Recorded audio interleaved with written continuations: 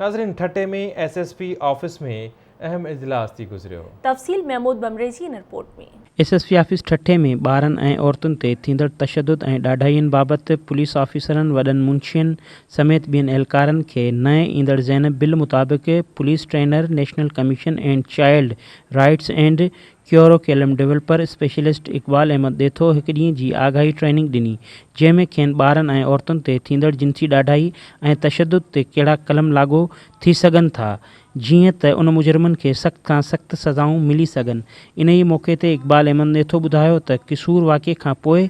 ॿारनि ते थींदड़ जिनसी ॾाढाई खे साम्हूं रखंदे 2016 में जेके तरमीमूं आयूं उन बाबति पुलिस खे उन जी ख़बर हुजे। तव्हां ॾिठो आहे त कसूर जे वाक़िअनि खां पोइ या जेके आए ॾींहुं जेके ॿारनि सां ज़्यादतियुनि जा थियनि था, त इन में ज़रूरत महसूसु इहा आहे त ख़ासि करे ॿारनि सां जेका चाइल्ड सेक्सुअल अब्यूज़ आहे,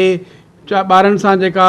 जिनसी ॾाढाइयूं आहिनि, जेके 2016 में तरमीमूं आयूं, उहे पुलिस खे उन्हनि जे सेक्शन जी ख़बर हुजे। SSP ठट्टो डॉक्टर इमरान चयो त सिंध हुकूमत, IG सिंध ऐं एडिशनल IG हैदराबाद रीजन जे हुकुमनि तहत ठट्टो पुलिस जी कोशिशुनि सां औरतुनि ऐं ॿारनि सां थींदड़ जिनसी तशदुद ऐं ॾाढाईअ वारे मसइलनि खे तरजीह बुनियादनि तहत जल्द हल कयूं। तो आज के सेशन का बेसिक मकसद उन सब ऑफिसर्स को इससे आगाही देना था। इसी सिलसिले में जो इन फ्यूचर हमारे प्लान्स हैं,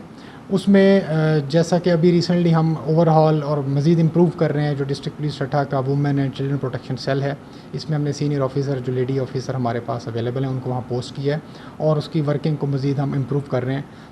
SSP ठट्टो वधीक ॿुधायो त कोशिश आहे त जल्द ठट्टे ज़िले अंदरि औरतुनि जे मसइलनि खे हल करण लाइ पुलिस थाणूं क़ाइमु कयूं, जंहिं लाइ असां वटि लेडी पुलिस ऑफिसर ऐं एहलकार पिणु मौजूदु आहिनि।